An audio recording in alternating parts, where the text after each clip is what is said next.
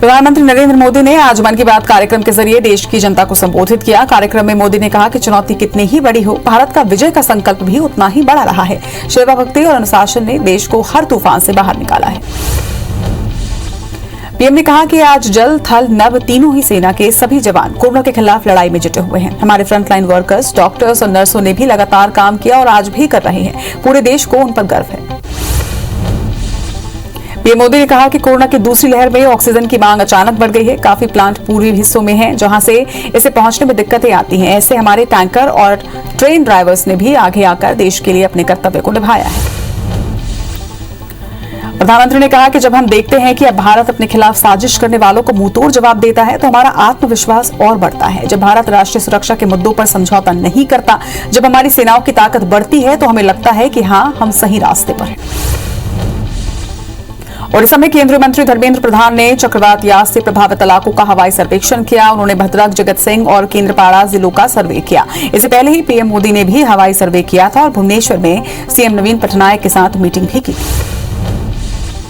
केंद्रीय मंत्री धर्मेंद्र प्रधान ने कहा कि यहाँ लोग पिछले 5 दिनों से पानी के घेराव के अंदर हैं। गांव के लिए रास्ते कट चुके हैं। हम सबकी प्राथमिकता है कि लोग भूखे ना रहें। इसके साथ ही समुद्र किनारे बांध बनाने के लिए स्थायी रूप में राज्य सरकार जो योजना बनाएगी उसमें भारत सरकार मदद का भरोसा उन्होंने दिलाया है।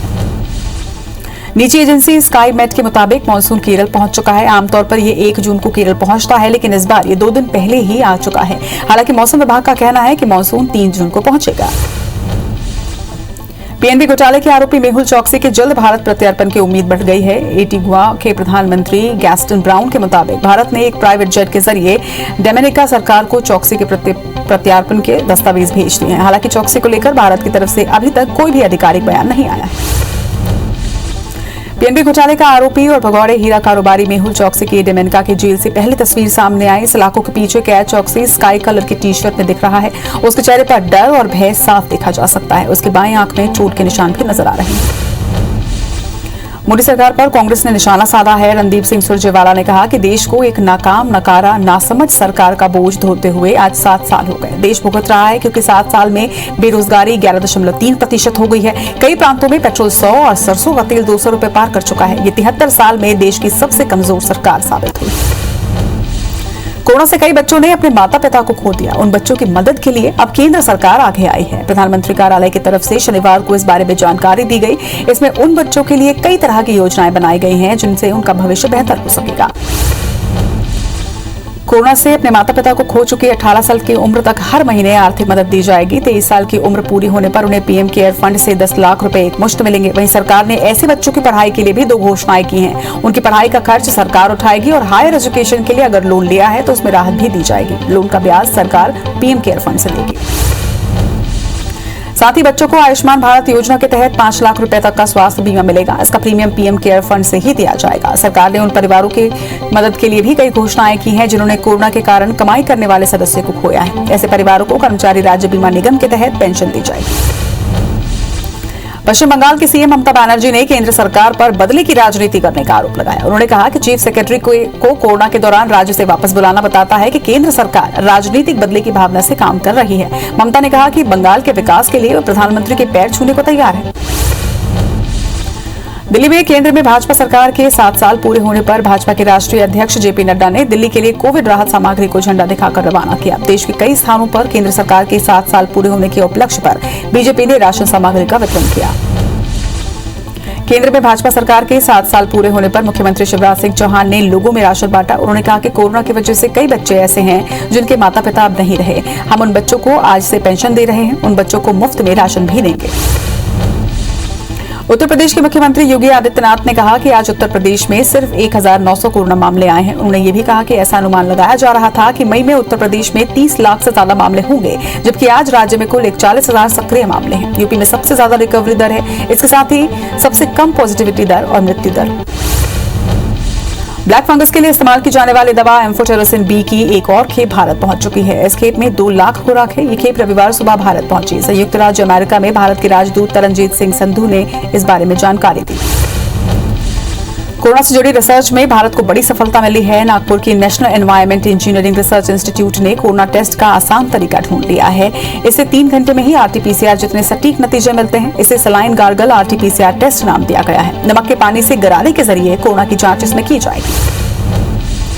सलाइन गार्गल आरटीपीसीआर टेस्ट को Indian council of medical research ने शनिवार को अप्रूवल दे दिया है। NEERI ने कहा है कि वे देश भर में इस प्रोसेस से टेस्ट बढ़ाने के लिए लैब्स की मदद करेंगे। ये प्रोसेस बिल्कुल आसान, तेज और मरीज के लिए आरामदायक है। ग्रामीण इलाकों के लिए ये काफी फायदेमंद साबित होगा। देश में वैक्सीनेशन शुरू हुए 134 दिन पूरे हो चुके हैं। केंद्रीय स्वास्थ्य मंत्रालय ने बताया कि अब तक कोरोना वैक्सीन के लगाए गए डोज की संख्या 21 करोड़ के पार कर गई है। इस दौरान 18 से 44 साल उम्र के 14,15,000 लोगों को पहला और 9,075 को दूसरा टीका लगाया जा चुका है। वहीं वैक्सीनेशन के तीसरे फेज की शुरुआत के बाद से देश भर में 1,82,00,000 लोगों को पहला डोज लग चुका है। महाराष्ट्र देश का इकलौता ऐसा राज्य है जहां पर 2 करोड़ से ज्यादा टीके लगाए गए हैं। इसके अलावा कर्नाटक, उत्तर प्रदेश, पश्चिम बंगाल, राजस्थान, गुजरात और मध्य प्रदेश के साथ ही बिहार में 1 करोड़ से ज्यादा टीके अब तक लग चुके हैं। दिल्ली में कोरोना के मामले लगातार कम हो रहे हैं, लेकिन सरकार ने सावधानी बरतते हुए 7 जून तक के लिए पाबंदियों को आगे बढ़ा दिया है। हालांकि 31 मई से दिल्ली में अनलॉक की प्रक्रिया के तहत कुछ छूट देने की तैयारी चल रही है। इनमें इन हाउस संस्थानों में काम की इजाजत शामिल है। वहीं DDMA ने जरूरी सेवाओं में छूट को यथावत रखने की बात कही है। वियतनाम में कोरोना वायरस का एक नया वेरिएंट सामने आया है जो कि हवा में तेजी से फैलता है। यह अन्य देशों में पाए गए कोविड वेरिएंट्स का मिला-जुला रूप है। इस बात की जानकारी यहां के स्थानीय मीडिया ने दी है। वियतनाम में एक बार फिर से वायरस के मामले तेजी से बढ़ रहे हैं। दुनिया भर में कोरोना के मामले 17 करोड़ 6 लाख को पार कर चुके हैं, तो वहीं अब तक 35,47,000 मरीजों की मौत भी हो चुकी है। दुनिया भर के 15 करोड़ 25 लाख मरीज कोरोना को हराकर स्वस्थ हुए हैं। वहीं एक्टिव केसेस की बात करें तो ये 1 करोड़ 44 लाख के पार हो चुकी है। संक्रमण के मामले में भारत दुनिया में अमेरिका के बाद दूसरे स्थान पर लगातार बना हुआ है। देश में एक दिन में कोरोना के 1,65,000 नए मामले सामने आए, जिससे कुल आंकड़ा 2 करोड़ 78 लाख के पार पहुंच चुका है। वहीं 3,463 नई मौत से अब तक 3,25,000 मरीजों की मौत हो चुकी है। बीते 24 घंटे में ही 2,64,000 मरीज ठीक होने से कुल आंकड़ा 2.5 करोड़ के पार हो चुका है। वहीं संक्रमण के मामले में भारत दुनिया में दूसरे नंबर पर है। महाराष्ट्र में 20,295 नए मामलों से कुल आंकड़ा 57,13,000 को पार कर चुका है। राज्य में 832 मौत से अब तक 94,000 मरीजों की मौत हो चुकी है। वहीं एक्टिव मरीजों का आंकड़ा 2,76,000 को पार कर चुका है। राज्य में 31,964 से ज्यादा मरीज स्वस्थ हुए हैं। हालांकि पुणे में 2,290 और मुंबई में 1,038 नए केस सामने आए हैं। मध्य प्रदेश में 1,640 नए केस मिलने से आंकड़ा 7,77,000 को पार कर चुका है। वहीं प्रदेश में 68 मरीजों की मौत से कुल आंकड़ा 60,759 पर पहुंच चुका है। बीते 24 घंटे में 4,995 मरीज डिस्चार्ज होने से अब तक कुल आंकड़ा 7,38,000 के पार पहुंच चुका है। वहीं इंदौर में 504 और भोपाल में 324 नए मरीज सामने आए हैं। इंदौर शहर में 24 घंटों में 473 नए संक्रमित मिले हैं, जबकि कोरोना की वजह से 3 लोगों की यहां मौत हुई है। चिंता का विषय ये है कि शहर में ब्लैक फंगस के मरीजों का आंकड़ा लगातार बढ़ता जा रहा है। वर्तमान में 500 से ज्यादा मरीज इस बीमारी से ग्रसित हैं। सबसे अधिक मरीज सरकारी अस्पताल MYH में भर्ती हैं। छत्तीसगढ़ में कोरोना के 2,437 नए केस सामने आए हैं। वहीं 64 मरीजों की मौत से अब तक 12,979 लोगों की मौत हो चुकी है। 5,941 मरीजों के डिस्चार्ज होने के साथ कुल आंकड़ा 9,11,000 को पार कर चुका है। वहीं एक्टिव मरीजों की संख्या की बात करें तो 42,914 पर पहुंच चुकी है। रायपुर में 61 और दुर्ग में 58 नए केस सामने आए। छत्तीसगढ़ में कोरोना की रफ्तार अब कम हो गई है। इससे संक्रमण की दर 4% के नीचे पहुंच गई है। बीते 24 घंटे में 2,437 नए कोरोना मरीज मिले हैं, तो वहीं 64 मरीजों की मौत भी दर्ज की गई। राज्य में 5,941 मरीज डिस्चार्ज होने से अब तक 9,11,000 मरीज डिस्चार्ज हो चुके हैं। सूरजपुर जिले में 232 नए मरीजों की पुष्टि की गई।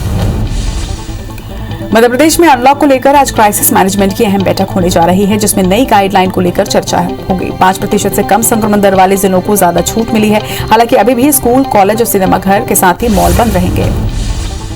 शाजापुर जिले में ऑन साइट टीकाकरण की व्यवस्था देखने पहुंचे स्कूल शिक्षा मंत्री इंदर सिंह परमार ने केंद्र पर खुद लोगों को टोकन बांटे और भीड़ देखते हुए यहां पर वैक्सीनेशन बढ़ाने के लिए अफसरों से चर्चा भी की। सुजालपुर में अब तक 11,000 लोगों को कोरोना बचाव के टीके लग चुके हैं। दरअसल 18+ आयु के नागरिकों के लिए ऑनलाइन स्लॉट बुक न होने की तकनीकी परेशानी के चलते 3 दिन से ऑन साइट वैक्सीनेशन किया जा रहा है। सरायपाली पुलिस टीम को एक बार फिर सफलता हाथ लगी है। पुलिस ने जंगली पहाड़ों से घिरे ग्राम मोहनमुड़ा में एक शराब तस्कर को घेराबंदी कर गिरफ्तार किया, जिसके कब्जे से 315 लीटर अवैध देशी शराब बरामद की गई है, जिसकी कीमत लगभग 70,000 रुपए आंकी जा रही है। आरोपी के खिलाफ मामला दर्ज कर कार्रवाई भी की जा रही है। इंदौर के मॉडर्न लेबोरेटरीज को सरकार ने एम्फोटेरेसिन बी और पॉसाकोनाजोल के मैन्युफैक्चरिंग की अनुमति दे दी है। मॉडर्न लेबोरेटरीज के डायरेक्टर डॉक्टर अनिल खरिया ने बताया कि मटेरियल के लिए अंतर्राष्ट्रीय आपूर्तिकर्ता से समुचित अनुबंध किया गया है। अगले 2 हफ्ते में कच्चे माल की आपूर्ति होते ही उत्पादन शुरू कर दिया जाएगा। कोरबा में कोरोना पॉजिटिव मरीज और लक्षण वाले लोगों को कोरोना किट का वितरण किया जा रहा है। कलेक्टर ने बताया कि इस किट में ivermectin, doxycycline, paracetamol, vitamin C और जिंक की टैबलेट्स हैं। वहीं संदिग्ध मरीजों को किट उपलब्ध कराने से अच्छे परिणाम भी सामने आए हैं और संक्रमण की दर में गिरावट भी देखी गई है। बतानिनो और सर्विलांस टीम इस काम में जुट गई है। इंदौर में 50 बच्चों में मल्टी सिस्टम इन्फ्लेमेटरी सिंड्रोम के लक्षण मिलने की पुष्टि हुई है। इसमें तेज बुखार, रेसेस, आंखें लाल होना, मुंह लाल होना इस सिंड्रोम के लक्षण हो सकते हैं। मामले को देखकर पीडियाट्रिक एसोसिएशन ने एक रेस्क्यू टीम भी बनाया है। सूरजपुर जिला पंचायत अध्यक्ष राजकुमारी मरावी के निजी निवास तक बनी सड़क को लेकर राजनीति शुरू हो गई है। भाजपा ने यह आरोप लगाया है कि अपने निजी स्वार्थ के लिए अध्यक्ष ने इस सड़क का निर्माण करवाया। जिला पंचायत अध्यक्ष ने बिना किसी की अनुमति के सड़क का निर्माण सिंचाई विभाग की जमीन पर करवाया है। बीजापुर के सिलगेर में बीते दिनों गोलीकांड में 3 आदिवासियों की मौत के मामले की जांच के लिए बनाई गई भाजपा की जांच टीम घटनास्थल सिलगेर तक नहीं पहुंच पाई। टीम के सदस्यों को तर्रेम के पास में ही रोक दिया गया। तर्रेम के आगे सड़क पर पेड़ काटकर रास्ता बंद कर दिया गया था। बता दें कि भाजपा की जांच टीम के सदस्य और पूर्व मंत्री केदार कश्यप का कहना है कि भारतीय जनता पार्टी इस मामले की सच्चाई तक पहुंचना चाहती है। रीवा के मऊगंज से भाजपा विधायक प्रदीप पटेल विद्युत विभाग के कार्यालय में मौन धरने पर बैठे। विधायक ने क्षेत्र की समस्याओं को खत्म करने 67 मांगों वाले एक पत्र सौंपा है। वहीं विधायक ने मऊगंज में पदस्थ डी हरिवंश प्रसाद शुक्ला को हटाने की मांग भी की। हालांकि मान मनोबल और आश्वासन के बाद विधायक ने धरना समाप्त किया। खजुराहो में कोरोना गाइडलाइन का पालन कराने गए आरक्षक के साथ मारपीट मामले में एक नामजद आरोपी के साथ कुछ अंधेइयों को गिरफ्तार किया गया है, जबकि अभी करीब आधे दर्जन से अधिक लोगों की तलाश की जा रही है। मारपीट का वीडियो सामने आने के बाद आरोपियों की पहचान की जा रही है। कोरबा में इलाज के लिए एक निजी अस्पताल में भर्ती हुई बुजुर्ग महिला को वहां के चिकित्सकों ने 2 दिन बाद मृत घोषित कर दिया। शव को मुक्तिधाम ले जाने से पहले परिजनों को लगा कि महिला जिंदा है, जिसके बाद उन्हें फिर से अस्पताल में भर्ती करवाया गया, जहां 5 घंटे के इलाज के बाद महिला की मौत हो गई, जिसके बाद अस्पताल प्रशासन पर लापरवाही के आरोप लग रहे हैं। जगदलपुर शहर में फर्जी राजस्व अधिकारी बनकर वसूली करने वाले 2 आरोपियों को पुलिस ने गिरफ्तार किया है। दोनों आरोपी लॉकडाउन का उल्लंघन करने पर दुकानदारों से उगाही करते थे। वहीं आरोपियों के पास से 16 फर्जी चालान बुक और आईडी कार्ड बरामद किए गए हैं। बलरामपुर जिले के राजपुर वन परिक्षेत्र में हाथियों का आतंक एक बार फिर से शुरू हो गया है। बीती रात भोजन की तलाश में हाथियों के दल ने गांव करवा के पहाड़ पारा में 2 घरों को तोड़ दिया और वहां रखे अनाज को भी चट कर दिया। हाथी के आ जाने पर ग्रामीणों ने भागकर अपनी जान बचाई। जांजगीर चांपा के ठनगर गांव में एक पोते ने शराब के नशे में अपनी दादी की डंडे से पीट कर हत्या कर दी, जिसे पुलिस ने गिरफ्तार कर लिया है। आरोपी का नाम गन्नाथ निराला बताया जा रहा है। फिलहाल पुलिस आगे की कार्रवाई कर रही है। सूरजपुर के धरसेड़ी पंचायत में कुएं की मिट्टी धसकने से 3 मजदूरों के दबने का मामला सामने आया है, जिसमें 3 मजदूरों में से एक का शव निकाला जा चुका है, जबकि 2 मजदूरों को निकालने के लिए 15 घंटे से रेस्क्यू ऑपरेशन जारी है। मजदूरों के परिजनों ने बताया कि ये कुआं मनरेगा के तहत बनवाया गया था। बलौदाबाजार जिले का छोटा सा गांव मोहन कोरोना काल में मिसाल कायम कर रहा है। ग्रामीणों ने सूझबूझ और समझदारी से कोरोना को मात दे दी है। 1000 की आबादी वाले इस गांव में कोरोना की 2 लहर आने के बाद भी कोई भी व्यक्ति संक्रमित नहीं हुआ है। अंबिकापुर जिले के एक गांव में 30 फीट गहरे कुएं से एक 5 फीट के कोबरा सांप का रेस्क्यू किया गया। 3 घंटे की मशक्कत के बाद 5 फीट के कोबरा सांप को सुरक्षित बाहर निकाला गया। इस घटना का वीडियो भी जमकर वायरल हो रहा है। जगदलपुर मेडिकल कॉलेज में कोरोना संक्रमित का उपचार कराने आए मरीज की मौत के बाद भड़के परिजनों ने स्टाफ नर्स से कथित तौर पर मारपीट की, जिसके बाद मेडिकल कॉलेज का स्टाफ एकजुट होकर परिजनों पर टूट पड़ा और मारपीट के बाद मामला इतना बिगड़ा कि दोनों ही पक्षों ने मामले की एफआईआर दर्ज करवाई है। इंदौर में कलेक्टर की सख्त हिदायत के बाद भी सिंधी कॉलोनी के व्यापारियों ने कोरोना कर्फ्यू के दौरान ठेले लगाए, जिसके खिलाफ आज प्रशासन ने सख्त कार्रवाई की है। सिंधी कॉलोनी के 22 व्यापारियों को कलेक्टर के आदेश के बाद जेल भेजा गया है। सरायपाली बलंदा चौकी पुलिस ने पैंगोलिन प्रजाति के वन्यजीव की तस्करी करते वक्त 2 तस्करों को गिरफ्तार किया है। आरोपियों से जब्त पैंगोलिन की कीमत 5 लाख रुपए से अधिक की आंकी जा रही है। वहीं पुलिस को मुखबिर की सूचना मिली थी कि बलौदा पुलिस चौकी क्षेत्र के 2 व्यक्तियों के द्वारा अवैध रूप से विलुप्त प्रजाति का वन्य प्राणी पैंगोलिन तस्करी करते रखी गई है, जिसके बाद उन्हें आरोपियों के खिलाफ मामला दर्ज किया गया। उद्योग नगरी भिलाई में एक हाई प्रोफाइल ठगी की वारदात सामने आई। सुपेला थाने में सिंप्लेक्स कास्टिंग कंपनी के डायरेक्टर संगीता केतन शाह की शिकायत पर 13 लोगों को आरोपी बनाया गया है। आरोपियों ने फर्जी दस्तावेज बनाकर कंपनी में कब्जा जमा लिया। फर्जी दस्तावेजों के आधार पर टीआईसी में कंपनी में अपना मालिकाना हक भी जता दिया। इंटरनेशनल बैंक से फर्जी दस्तावेजों के आधार पर 50 करोड़ का लोन भी लिया है।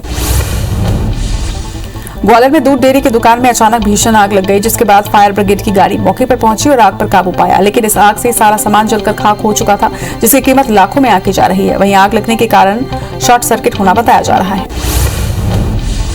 धान की खेती के लिए जांजगीर चांपा जिला चर्चित है। अब जिले के किसान ब्लैक राइस की खेती बड़े स्तर पर कर रहे हैं। जिले में इस साल 25 हेक्टेयर में ब्लैक राइस की खेती की गई है। मालखरौदा क्षेत्र के कटारी गांव के किसान राधेश्याम चंद्र ने बताया कि इस खेती से उन्हें अच्छा लाभ मिला।